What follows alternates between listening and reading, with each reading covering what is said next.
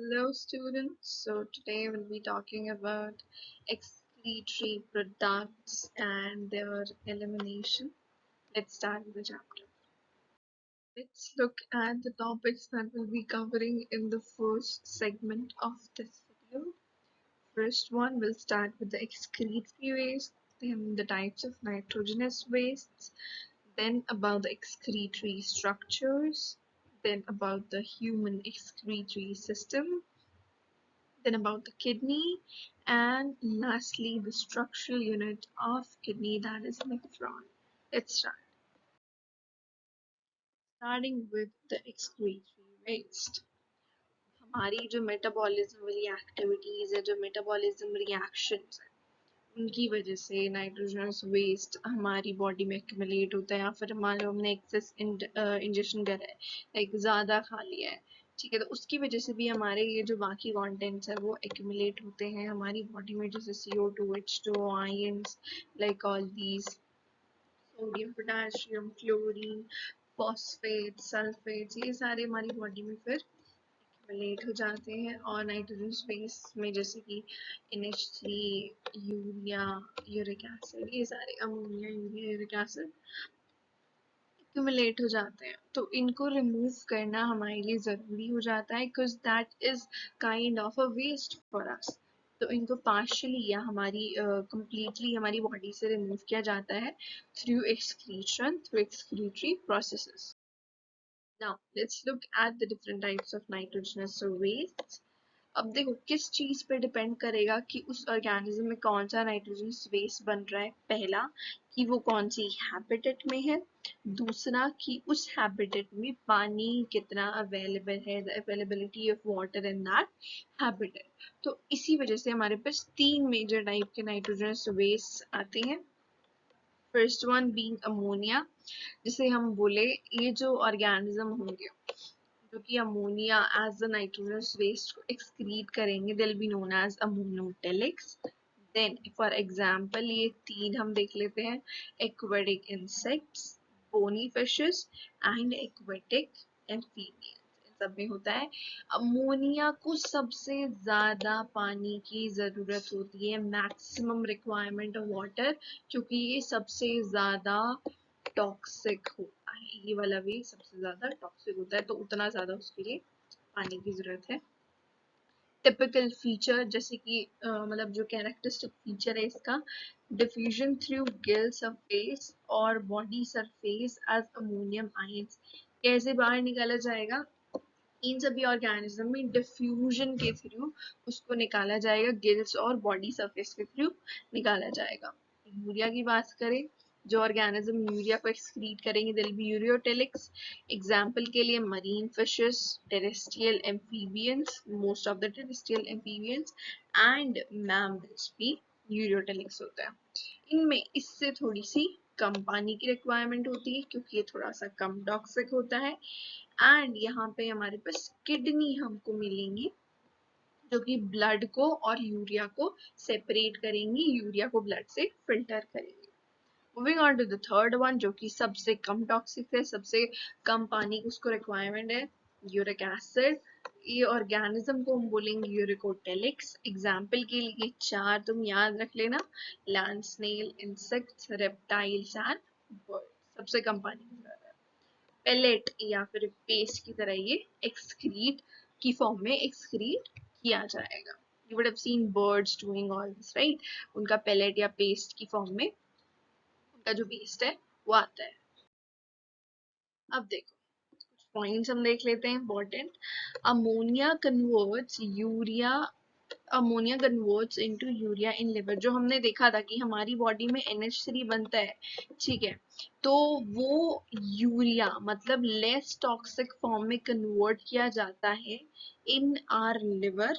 ऐसे कैसे हम उसको एक्सक्रीट नहीं कर सकते, क्योंकि बहुत ज्यादा पानी की रिक्वायरमेंट होगी, लेकिन हम तो टेरेस्ट्रियल है ना. उसके बाद elimination, let me choose another colour. Elimination of uric acid is meant for conservation of water, that is a type of terrestrial adaptation. कि भाई हम लैंड पे रह रहे हैं और इतना पानी हमारे पास नहीं है, क्योंकि हम एक्वेटिक हैबिटेट से दूर हैं, ठीक है, तो इसीलिए हमारे पास कंजर्वेशन ऑफ वाटर के लिए यूरिया या यूरिक एसिड बना दिया जाता है, उसमें कन्वर्ट कर दिया जाता है। और ये ऑर्निथिन साइकिल के थ्रू होता है हमारे लिवर में। ठीक है, kidneys do not play a significant role in the removal of ammonia. Ammonia के रिमूवल में जैसे हमने वो देखा था डिफ्यूजन से मेजरली हो रहा है, तो यहाँ पे कोई किडनी का मेजर रोल नहीं होगा। सम अमाउंट ऑफ यूरिया में be retain in the kidney matrix of some animals, ताकि एक ऑस्मोलैरिटी बनी रहे, कंसंट्रेशन ग्रेडियंट बनी रहे। कुछ वो यूं ही हमारा हम देखेंगे कलेक्टिंग डक्ट से वो निकल जाता है। ठीक है, यूरिया हमारे मेडुलरी इंटरस्टिशियम में, ताकि एक कंसंट्रेशन ग्रेडियंट बना रहे। मूविंग ऑन, हम देखते हैं जो ज्यादातर इनवर्टिब्रेट्स होते हैं उनमें सिंपल ट्यूबुलर स्ट्रक्चर होते हैं जो कि एक्सक्रीशन परफॉर्म करते हैं। लेकिन जैसे जैसे एनिमल्स कॉम्प्लेक्स होते जाएंगे उनके स्ट्रक्चर्स भी कॉम्प्लेक्स होते जाएंगे, तो they have complex tubular organs called as kidneys. किनमें होंगी? Vertebrates, they are complex as compare to the invertebrates. ठीक है, जैसे हम ये चार स्ट्रक्चर्स की बात कर लेते हैं, प्रोटोनेफ्रीडिया या फिर फ्लेम सेल इनवर्टिब्रेट्स में। प्रोटोनेफ्रीडिया या फिर फ्लेम सेल्स, ये होंगे हमारे इनऑर्गेनिज्मिक प्लेटीहेल्मिन्थ्स जैसे कि प्लेनेरिया, रोटिफर्स, एनालिड्स एंड सेफेलोकॉर्डेट्स। इसके लिए देखो तुम्हारे पास ट्रिक है, रेड क्या, ठीक है, कैसे तुमको याद रखना है, वेट सेकेंड, रेड प्रोटोनेफ्रीडिया से या फ्लेम सेल्स को यूज करने वाले ऑर्गेनिजम्स के लिए है ये।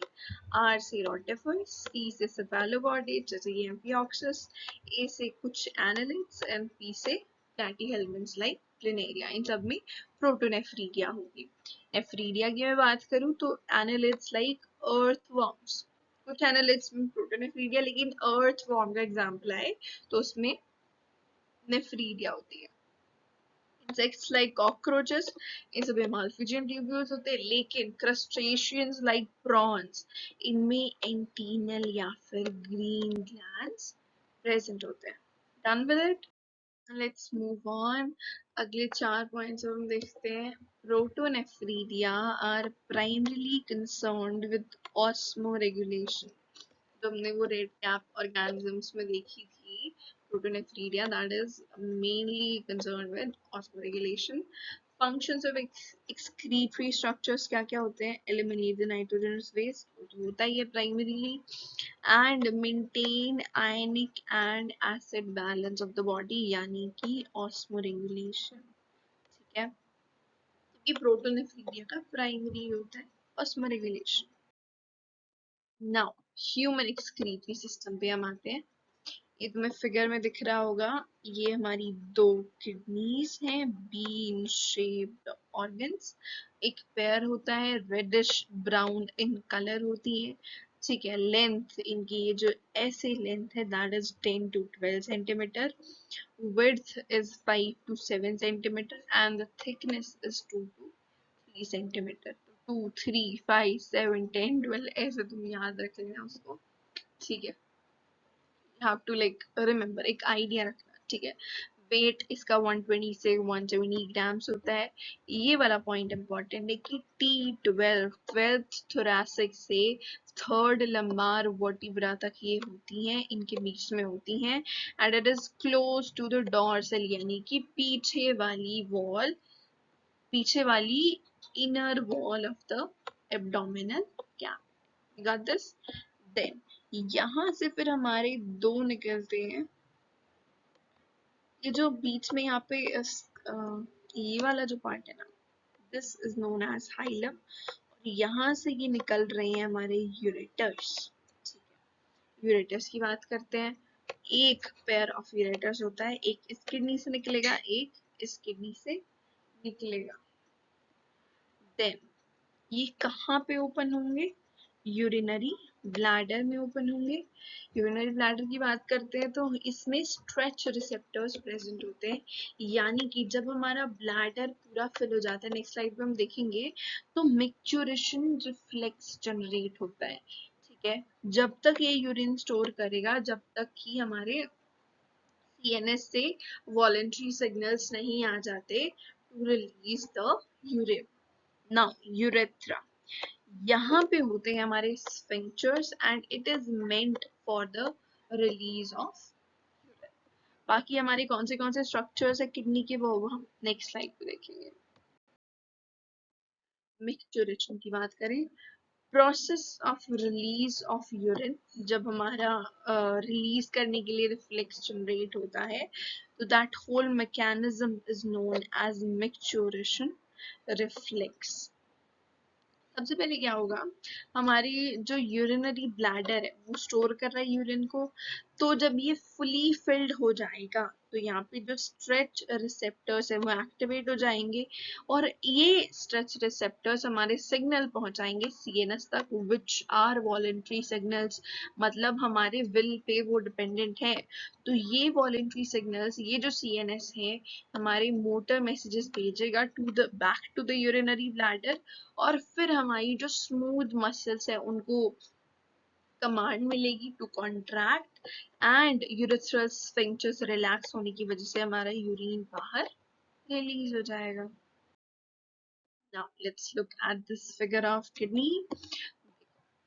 सबसे यहाँ पे बाहर पहले तुम ये डिवीजन देख लो, ये हमारी बीन शेप स्ट्रक्चर है, ठीक है, और ये हमारा है हाइलम। अंदर वाले पार्ट को हम बोलेंगे मेड्यूला एंड बाहर वाले पार्ट को हम बोलेंगे, ये वाले पार्ट को cortex. Let me choose blue colours. Okay, देखो तो ये बाहर वाले पार्ट को हम बोलेंगे कॉर्टेक्स, अंदर वाले पार्ट को हम बोलेंगे मेड्यूला, और इसकी जो कवरिंग है, ये बाहर वाली लेयर है, इसको बोलते हैं हम capsule, which is actually a tough covering जो कि इसको बचा के रखती है। ओके, देन ये हाइलम की बात करें, it is a notch towards the concave surface, this is the concave surface, right? तो यहाँ पे एक नॉच प्रेजेंट है जहां से कि यूरेटर, ब्लड वेसल, ये नर्व्स, ये सभी एंटर करती है। नाउ रीनल पेल्विस की बात करते हैं, जैसे ही हम अंदर गए हाइलम के बाद तो ये जो पार्ट हमको दिखता है, this is known as the renal pelvis, funnel shaped spaces with projections called calyces। ये जो हमारे स्ट्रक्चर्स हैं, ये प्रोजेक्शंस हैं, ये होते हैं कैलिसेस, ठीक है। यहाँ पे ये वाला रीजन है हमारा रीनल पेल्विस और यहाँ पे प्रोजेक्शंस बीच बीच में प्रेजेंट है which are known as calyces. Columns of Bertini या फिर रीनल कॉलम्स, ये होते हैं वो, these are the columns of Bertinae या फिर renal columns, these are the part of cortex। ये हमारे कॉर्टेक्स था, इसकी एक्सटेंशंस निकल रही हैं as columns of Bertinae between the medullary pyramids। ये जो हमको pyramid shaped structures दिख रहे हैं, they are actually medullary pyramids। समझ आ गया? It is simple. Medullary pyramids are conical masses that project into calyces। ये calyces थे, इनमें project कर रही है medullary pyramids। Moving on to the nephron, it is the functional unit of kidney। Each nephron has two parts, पहला होएगा glomerulus और बाकी renal tubules, ठीक है। ये glomerulus है एंड इसके बाद हमारे ये सारे के सारे renal tubules प्रेजेंट है एंड 1 मिलियन नेफ्रॉन्स होती हैं एक किडनी में, तो टोटल इस किडनी में 1 मिलियन, इस किडनी में 1 million. Remember the numbers. Okay, now let's look at this. Okay, this beginning, और ये फिर टफ्ट ऑफ कैपिलरीज यहाँ पे बन गया जहाँ से कि ब्लड निकलेगा एंड वो यहाँ पे बोमेंस कैप्सूल की पोडोसाइट्स वाली लेयर से फिल्टर आउट होके, फिल्ट्रेशन स्लिट से फिल्टर आउट होके हमारे आगे बढ़ेगा एंड पीसीटी तक पहुंचेगा। पीसीटी के बाद वो जाएगा हमारे हेनलेस लूप में। ये है डिसेंडिंग लिम्ब एंड ये है हमारी असेंडिंग लिम्ब। असेंडिंग लिम्ब के बाद हमारे पास डीसीडी में पहुंचेगा, डीसीडी के बाद बहुत सारी नेफ्रॉन के डीसीडी इकट्ठे होंगे हमारी कलेक्टिंग डक्ट में। ग्लोमेरुलस प्लस बोमन्स कैप्सूल को हम क्या बोलते हैं? मल्फिजियन बॉडी या फिर रीनल कॉर्पसल। हेनलेज लूप जो होती है it is hairpin shape, ये तुम्हें ऐसे दिख रही है, so it is kind of hairpin shaped. Okay, this was all about that. Now दो तरीके की नेफ्रॉन्स हमको देखने को मिलती हैं, one is cortical, another one is juxtamedullary. Names are evident enough. Cortical जो कि कॉर्टेक्स तक ही रह जाएंगी, juxtamedullary जो कि मेडुला तक एक्सटेंड हो जाएंगी। नंबर ज्यादा होता है हमारी कॉर्टिकल नेफ्रॉन्स का और juxtamedullary कम होती हैं। लूप ऑफ हेनली इनमें छोटी रह गई इसीलिए वो कॉर्टेक्स तक ही सीमित रही, ठीक है, लिमिटेड रही। juxtamedullary लंबी थी और वो मेडुला तक पहुंच गई उनकी loop of Henley. Extension medulla में इनका बहुत कम है, इनका डीप है। वासा रेक्टा की बात करूं तो इनमें एब्सेंट होती है या फिर तो बहुत छोटी सी होगी, बट juxtamedullary में लंबी सी डेवलप्ड सी वासा रेक्टा प्रेजेंट होती है। Now let's look at a few more points. Juxtaglomerular apparatus या फिर JGA क्या होता है? जो हमारा DCT है प्लस एफरेंट आर्टेरियोल जब कांटेक्ट में आते हैं, जहां कांटेक्ट में आते हैं तो देखो इसमें कंफ्यूजन हो जाती है कई बार। एफरेंट इज द वन जो कि लेके आ रहा है ग्लोमेरुलस तक ब्लड को, फिर ये ग्लोमेरुलस, और इफरेंट जो कि वहां पे एग्जिट करवा रहा है या फिर जो लेके जा रहा है। एफरेंट से याद रखना तुम, अराइवल, ठीक है, इफरेंट से exit. Efferent arteriole plus DCT जहाँ पे कांटेक्ट में आते हैं तो वहाँ पे कुछ सेल्युलर मॉडिफिकेशन हो जाती है और उस सेल के मास को, उस सेंसिटिव से रीजन को हम बोलते हैं जेजी। Nephrons are dipped in interstitial fluid having specific osmolarity. Cortex का होता है 300 milli osmol per litre and medulla का 1200 मिली ऑस्मोल पर लीटर तक चला जाता है, इसीलिए यहाँ पे ग्रेडियंट क्रिएट हो जाता है। यहाँ बस 300 ही है और यहाँ पे नीचे तक जाते हैं तो 1200 हो जाता है, क्रिएट्स अ ग्रेडियंट। ओके, अब देखो, glomerulus is the tuft of capillaries formed by the afferent arteriole, a fine branch of renal artery। जो renal artery से आ रही थी, ठीक है, तो वैसे बहुत सारी सभी नेफ्रॉन्स में जा रही है, ठीक है, उनके छोटे छोटे कैपिलरीज, तो उन कैपिलरीज का ही एक गुच्छा या टफ्ट बना देता है हमारे glomerulus. Okay, Malpighian corpuscle, PCT and DCT ये हमारे कॉर्टेक्स में ही लोकेटेड होते हैं। ये मल्फिजियन कॉर्पसल है यानी कि glomerulus plus Bowman's capsule plus में पीसीटी प्लस में डीसीटी, यानी कौन होता है मेड्यूला में? लूप ऑफ हेनली होता है एंड कलेक्टिंग डक्ट के पार्ट्स होते हैं, ठीक है। Loop of Henle, it dips into the medulla. We know that many DCTs open into a straight tube called collecting duct. We know it. Many of which converge into the renal pelvis through the medullary pyramids into the calyces. ठीक है, ये medullary pyramid से निकलते हुए हमारी renal pelvis में converge हो जाती हैं और कैलिसिस तक ये पहुंच जाती है, वहां पे प्रोजेक्ट होती है। Efferent arteriole emerging from the glomerulus forms the peritubular capillaries around the renal tubule। जो हमारा efferent arteriole है ग्लोमेरुलस से जो बाहर निकलता है, इट फॉर्म्स ऐसे आगे, वो जो तुमने देखा नहीं था उसके ऊपर उसने यू कवर सा करके रखा था जिन्होंने, तो वो efferent arteriole की से बनी हुई पेरिट्यूबुलर कैपिलरीज होती है, इसको कवर करती है। Vasa recta, what is it? A branch of peritubular capillary जो कि loop of Henle के पास पास parallel चलती है, which is U-shaped just like our loop of Henle। मतलब ऐसी loop of Henle होती है तो यूं हमारी Vasa recta चलती है, ठीक है। Now moving on to the second segment of this video, we are on to the sixth topic, that is urine formation. Then we'll talk about the counter current mechanism and how it concentrates our urine.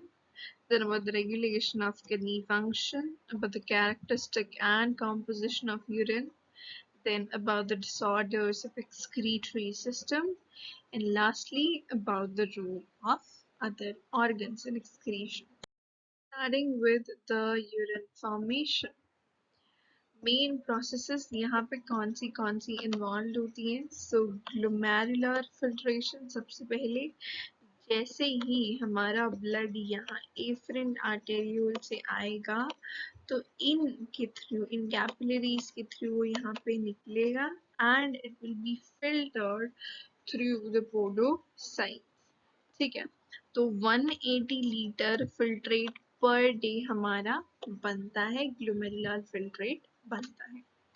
Second process that will occur here is tubular reabsorption. यानी यहाँ पे हमारे जो tubules आएंगे, जैसे कि PCT है, बागे DCT है, सारे इनमें 99% ऑफ द फिल्ट्रेट वापस से एब्जॉर्ब हो जाएगा इन ट्यूब्यूल्स के द्वारा. कैसे कैसे? पहला एक एक्टिव प्रोसेस से हो सकता है, एक पैसिव प्रोसेस से हो सकता है. एक्टिव यानी कि हम एनर्जी स्पेंड करके ग्लूकोज और सोडियम और अमाइनो एसिड का जो रीअब्जॉर्प्शन करवा रहे हैं. प्लस पैसिव वो जैसे नाइट्रोजनस वेस्ट और H2 ये हम बिना एनर्जी का एक्सपेंडिचर किए छोड़ रहे हैं हमारे मेडुलरी इंटरस्टिशियम में, एंड जो है लेस ट्यूब से एब्जॉर्ब हो रहा है हमारा. ठीक है, तो tubular secretion, H plus, K plus, ammonia, ये सारी जो चीजें हैं ये हमारी सिक्रीट होती हैं into the filtrate through all these collecting ducts and DCT, PCTs. और इसके कारण हमारा आयनिक या फिर एसिड बेस बैलेंस मेंटेन रहता है मेड्यूला और कॉर्टेक्स. ठीक है, यूरिन 1 से 1.5 लीटर पर डे हमारा बनता है. फाइनली इतना तो ग्लोमेरुलर फिल्ट्रेट है, और यहाँ से बचता कितना है, 1 से 1.5 litre per day. Moving on, glomerular filtration या फिर अल्ट्रा फिल्ट्रेशन को हम अच्छे से देखते हैं. 1/5 ऑफ द कार्डियक आउटपुट, यानी कि जो 5 लीटर्स हमारा था उसका, अगर तुमने वीडियो नहीं देखी है उसकी सर्कुलेशन की, so you can watch it out, that is already present on our channel. Now 1/5 of this 5 liters यानी कि 1100 से 1200 ml ब्लड पर मिनट हमारा किडनीज फिल्टर करती हैं. ठीक है, और वो पर डे फिर वो 180 लीटर आगे जाके हो जाता है. ये जो ब्लड है ये रीनल आर्टरी में गया, फिर आर्टेरियोल्स में आया, देन इट पासेस, ये जैसे ये था हमारा आर्टरी, यहाँ से आर्टेरियोल्स निकले और फिर ये आगे जाके हमारा वो टफ्ट बनाया था. ठीक है, ये टफ्ट से फिर ये कहाँ पे जा रहा है, endothelium of the glomerular blood vessels, then to the basement membrane, then to the epithelium of the Bowman's capsule. यहाँ पे वो पहुंच गया. ठीक है, now ये हमारा ग्लोमेरुलर फिल्ट्रेट की फॉर्म में हमको मिल गया. यानी ये जो मेजर प्रोटीन्स हैं, ठीक है, और जो ब्लड कॉर्पसेल्स है यानी कि फॉर्म्ड एलिमेंट्स है, वो सारे तो पास हो जाएंगे, वापस से चले जाएंगे इफरेंट आर्टेरियोल से. लेकिन जो हमारा प्लाज्मा है, सारा plasma accept for the proteins यहाँ पे फिल्ट्रेट की फॉर्म में आया. इस चीज को याद रखना, plasma without the protein. Okay, ये जो हमारी एंडोथीलियम है यहाँ की, एंड जो फिर बेसमेंट मेम्ब्रेन आई और फिर हमारा इसका एपिथेलियम आया बोमन्स कैप्सूल का, ये हमारा क्या बना रहे हैं, फिल्ट्रेशन मेम्ब्रेन बना रहे हैं जहाँ से ये ब्लड फिल्टर हो रहा है. समझ गए? Another point, Bowman's capsule have podocytes arranged in intricate manner so as to leave some spaces called slits or pores, जिनको हम filtration slits ऐसे ऐसे होंगे यहाँ पे, और ब्लड इन माइन्यूट पोर्स से फिल्टर होएगा ताकि वो जो बाकी एलिमेंट्स है वो रह जाए, चली गए वापस, एंड प्लाज्मा हमारा यहाँ पे आ जाए accept for the protein. Right, Filtration is due to pressure in the glomerular capillaries. Glomerular filtration rate कितना होता है 125 ml पर मिनट, ठीक है, 125 ml 1 मिनट में हमारा आता है। Kidney has an ability to regulate the GFR, बढ़ जाता है घट जाता है तो ये हार्मोन से रिलीज होते हैं, वो मैकेनिज्म हम देखेंगे। नाउ हम ये जो अलग अलग ट्यूब्यूल्स हैं इनके फंक्शंस देखते हैं। ओके, सबसे पहले यहाँ पे 300 मिली ऑस्मोमोल पर लीटर वाला ब्लड आया, उतनी उसकी कॉन्सेंट्रेशन थी, and it is first reabsorb, और आगे ये ट्यूब्यूल से हो रहा है हमारा सिक्रीशन, किस किस का, ये H प्लस के प्लस NH3 सारे तुमको दिख रहे हैं यहाँ पे, हम इसको टेक्स्ट की फॉर्म में भी पढ़ लेंगे। कंडीशनल किसका होता है Na प्लस H2O का DCT में, यहाँ पे H2O का कंडीशनल नहीं होता है, बट दिस इन वाटर का यहाँ पे रीअब्जॉर्प्शन हो रहा है डिसेंडिंग लूप में एंड असेंडिंग लूप में NaCl का। PCT is lined by simple cuboidal brush bordered epithelium। याद रखना पूछा जाता है कि यहाँ पे केवल इसी में PCT में ब्रश बॉर्डर्ड होते हैं, बाकी सिंपल क्यूबॉइडल PCT में। Okay, nearly all the essential nutrients यानी कि 70 to 80% हमारा PCT में ही वाटर और इलेक्ट्रोलाइट्स रीअब्सॉर्ब हो जाते हैं। मेजर साइट ऑफ रीअब्सॉर्प्शन ये हो गई, ठीक है, एंड सेलेक्टिव सिक्रीशन की भी मेजर साइट यही होती। आगे देखो, ये जो डिसेंडिंग लिम्ब है हमने इसको देखा कि ये वाटर के लिए परमिएबल है एंड यहाँ पे NaCl यानी कि सॉल्ट्स के लिए परमिएबल है, ठीक है, सॉल्ट के लिए ये वाली इम्परमिएबल होगी, वाटर के लिए ये वाली इम्परमिएबल होगी। फिल्ट्रेट यहाँ पे कॉन्सेंट्रेट होगा, मतलब पानी को अगर हम निकाल रहे हैं उसमें से तो सॉल्ट बच रहा है, ठीक है, तो यानी कि वो नीचे जाते जाते वो कॉन्सेंट्रेट हो रहा है, 1200 मिली ऑस्मोमोल तक वो नीचे जाके पहुंच जाता है। ऊपर क्या था 300, तो ऑलमोस्ट 4 टाइम्स, राइट, एंड इसीलिए हम इसको कंसंट्रेटिंग लिम्ब बोल देते हैं। एंड इस असेंडिंग लिम्ब में क्या होएगा, डाइल्यूट हो रहा है, यानी कि NaCl बाहर जा रहा है, सॉल्ट बाहर जा रहा है, तो वो डाइल्यूट हो रहा है, इसलिए हम इसको डाइल्यूटिंग लिम्ब बोलते हैं। एंड यहाँ पे असेंडिंग लिम्ब में मिनिमम रीअब्सॉर्प्शन होती है, remember this. Now counter current mechanism to concentrate the filtrate.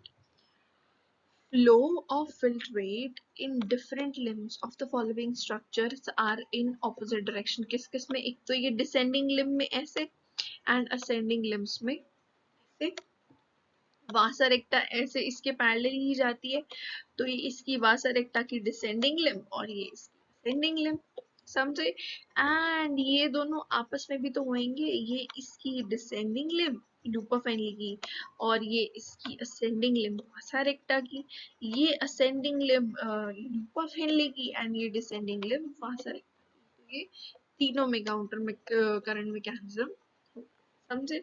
Proximity of Henle's loop and vasa recta and countercurrent mechanism in them increases the osmolarity towards the inner medullary interstitium। हमने देखा ना यहाँ पे नीचे आते आते वो 1200 मिली ऑस्मोमोल पर लीटर हो जाता है, तो हमने देखा कैसे होता है, पर ऊपर ही वो 300 ही रहता है। Okay, interstitium gradient is caused by NaCl and urea, हमारा कलेक्टिंग डक्ट भी कुछ यूरिया यहाँ पे मैट्रिक्स में जाने देता है एंड यहाँ पे फिर वो आगे बढ़ता है medullary interstitium. NaCl transported by ascending limb of Henle's loop changed with descending limb of vasa recta and is returned to the medullary interstitium by ascending limb of the, यानी कि यहाँ से NaCl गया, उसमें से कुछ ले लिया हमारी वासा रेक्टा की डिसेंडिंग लिम्ब ने, ठीक है, और वो फिर आगे जाके इसकी असेंडिंग लिम्ब से बाहर वापस मेडुलरी इंटरस्टिशियम में बाहर आ जाएगा। Urea, which enters in thin part of ascending limb of Henle's loop, is transported back to the interstitium by collecting tube. यानी कि जो यहाँ से यूरिया एंटर करेगा ascending limb of loop of Henle में, यहाँ पे जो यूरिया एंटर करेगा वो आगे जाके ऐसे डीसीटी पे गया, फिर हमारा गया वो कलेक्टिंग डक्ट के पास, तो वो कलेक्टिंग डक्ट वापस उस यूरिया को बाहर निकाल देती है, as I was mentioning earlier.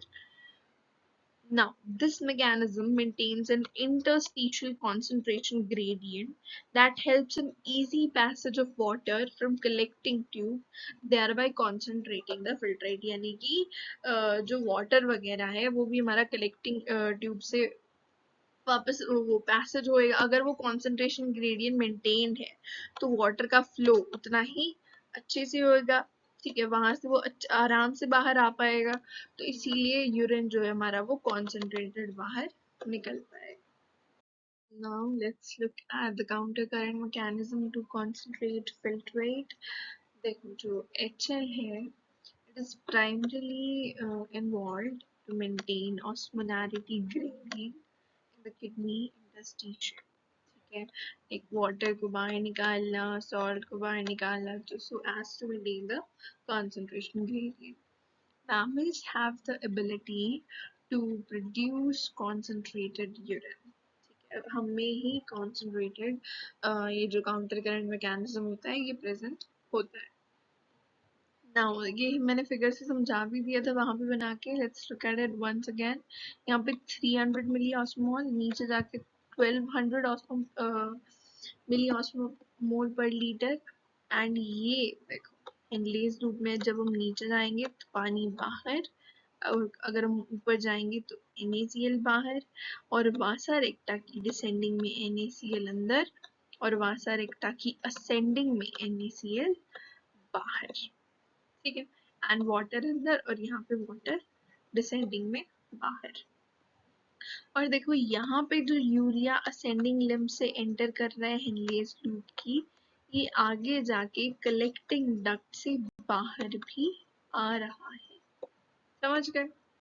Now let's look at the regulation of kidney function, या फिर जो GFR का रेट है उसका कंट्रोल कैसे किया जाता है उसको।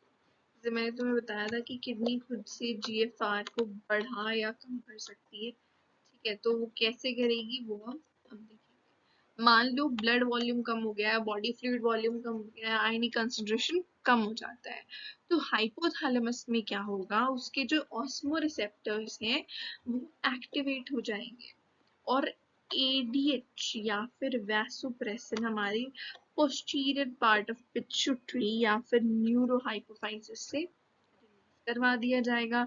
अब ये ADH भाई साहब क्या करते हैं, ब्लड वेसल्स को कंस्ट्रिक्ट कर देते हैं, increase reabsorption of water from the DCT, यानी कि ADH का मतलब ही क्या है, एंटी डाययूरेटिक हार्मोन, तो डायूरेसिस को प्रिवेंट करने वाला, यानी कि यूरिन जो है वो ज्यादा ना निकले बाहर, ठीक है, तो मतलब कि रीएब्जॉर्प्शन हमारी बॉडी में वो रह जाए, ठीक है, हमारी बॉडी में वाटर का रीएब्जॉर्प्शन करवाया जाए और कॉन्सेंट्रेटेड यूरिन बाहर छोड़ा जाए। इसकी वजह से फिर ये सारी चीजें हमने कर ली तो ब्लड वॉल्यूम बढ़ गया, ब्लड प्रेशर बढ़ गया, एंड GFR फाइनली बढ़ गया, दैट्स व्हाट वी वांटेड, ठीक है। और जब ये बढ़ जाएगा तो हमारे जो ऑस्मो रिसेप्टर्स हैं वो स्विच ऑफ हो जाएंगे और ADH वैसोप्रेसिन का रिलीज कम हो जाएगा ऑटोमेटिकली। अब हम आते हैं JG, यानी जो जक्स्टा ग्लोमेरुलर अपैरेटस था, जो हमारे DCT से बना था, एफरेंट आर्टेरियोल से बना था, वो कैसे काम करता है। मान लो GFR कम हो गया, ठीक है, वापस से वही लेते हैं, ग्लोमेरुलर ब्लड प्रेशर कम हो गया, ग्लोमेरुलर ब्लड फ्लो कम हो गया, तो इसी वजह से JG सेल्स जो है हमारे किडनी के वो एक्टिवेट हो जाएंगे, एक्टिवेट होके वो क्या रिलीज करेंगे, रेनिन को रिलीज करेंगे। ये रेनिन क्या काम करेगा, जो एंजियोटेंसिन है हमारे ब्लड में, एंजियोटेंसिनोजन है, उसको एंजियोटेंसिन 1 में कन्वर्ट कर देगा, एंड एंजियोटेंसिन 2 हमारा एंजियोटेंसिन 1 हमारा 2 में कन्वर्ट हो जाएगा। एंड जो एंजियोटेंसिन 2 है उसका क्या काम होएगा, ब्लड वेसल कंस्ट्रिक्ट करना, वही activate adrenal cortex to release aldosterone, the mineralocorticoid that causes the reabsorption of Na plus and water from the distal parts of nephron. ठीक है, तो फाइनली कंस्ट्रक्ट करने से ब्लड वेसल को ब्लड प्रेशर बढ़ गया, एंड ये रीअब्जॉर्प्शन हमने करवाया तो इससे जीएफआर बढ़ जाएगा।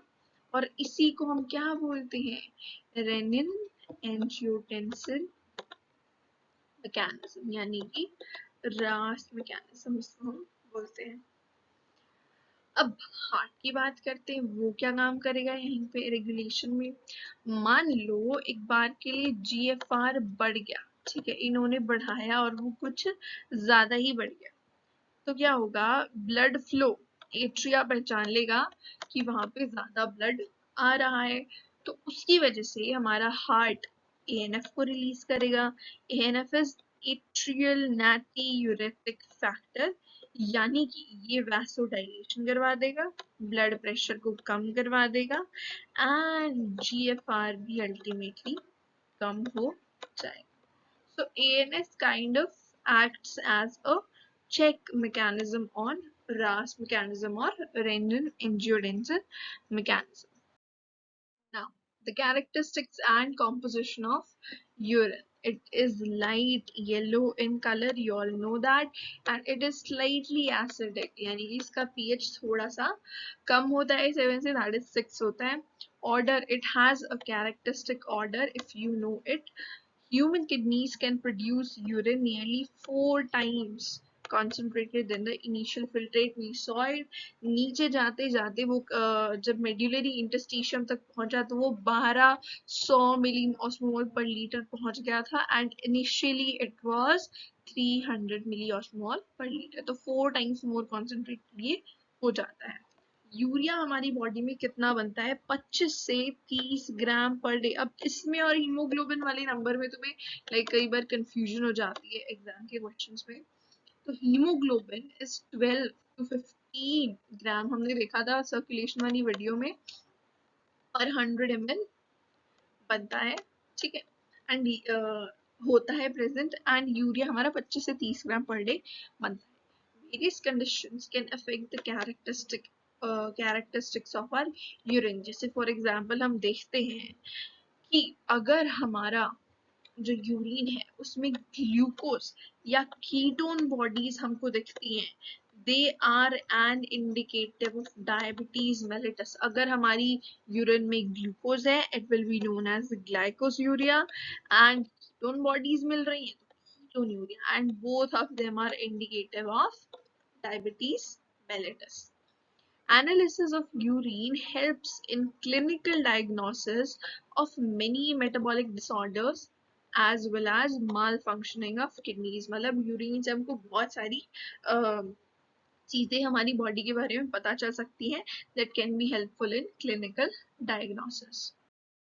Now, the last second topic, disorders of the excretory system. The first one here is renal calculi. जब हमारी किडनी में हमको stones या फिर insoluble masses of crystallized salts जैसे कि oxalates हमको मिलते हैं तो उसको renal calculi बोलते हैं। Second one, glomerulonephritis, नाम से समझ आ रहा है इन्फ्लेमेशन हो गई किसकी, ग्लोमेरुलस ऑफ किडनी की इन्फ्लेमेशन जब हो जाती है। नाउ रीनल या फिर किडनी फेलियर क्या होता है, malfunctioning of the kidneys leads to the accumulation of urea in blood, यानी कि यूरेनिया। जब यूरिया हमारी ब्लड में ज्यादा कॉन्सेंट्रेशन में होने लग जाता है, पाने लग जाता है, तो उसको बोलते हैं uraemia. Okay, it is highly harmful and इसकी वजह से किडनी फेलियर भी हो सकता है। Let's look at the treatment of it. पहला ट्रीटमेंट का प्रोसेस क्या हो सकता है? Haemodialysis process to remove the urea from blood. कैसे रिमूव करेंगे कि भाई ब्लड को हम आर्टरी से, हमारी मान लो कोई हैंड की ही रेडियस या आर्टरी की से हम निकालेंगे ब्लड को। We have a video for haemodialysis already on the channel, you go watch it out.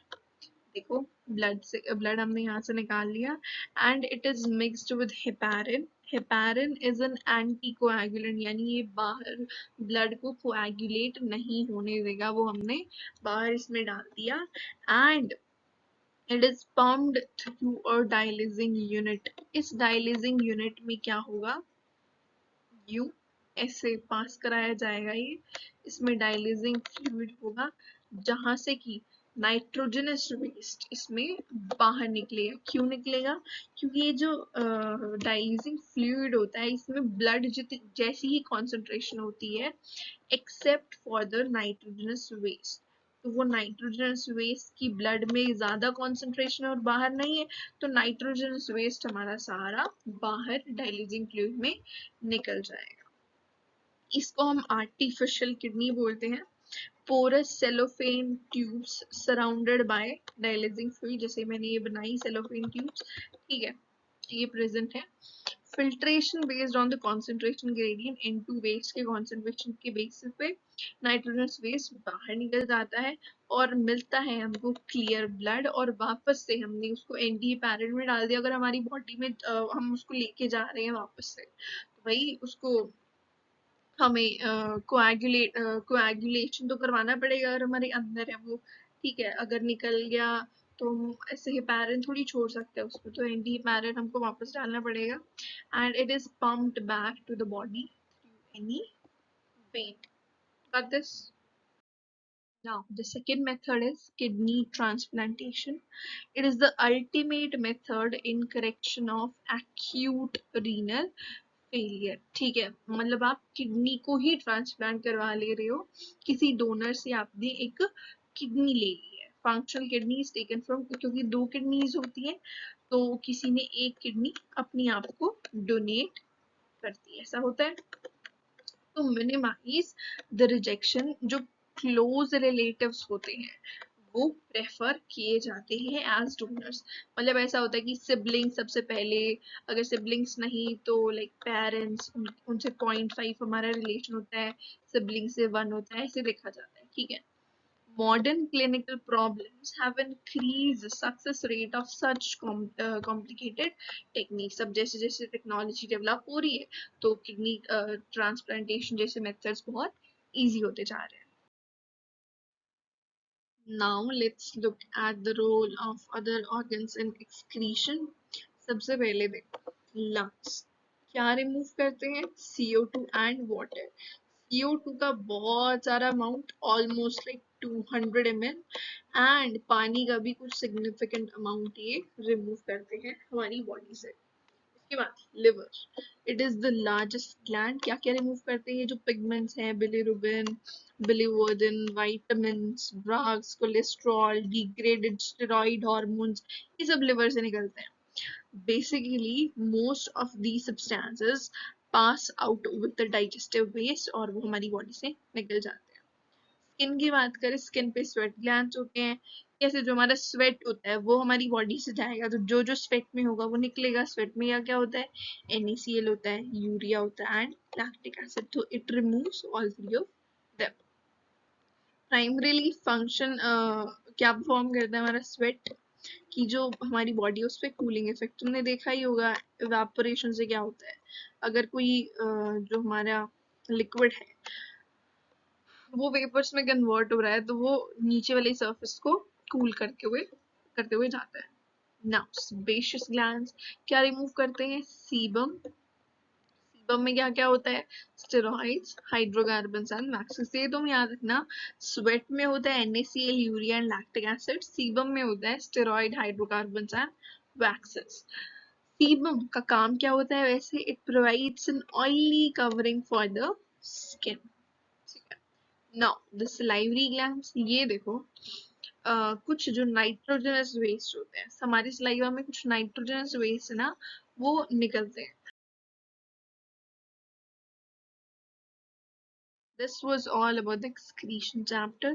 Thank you. We'll meet in the next class.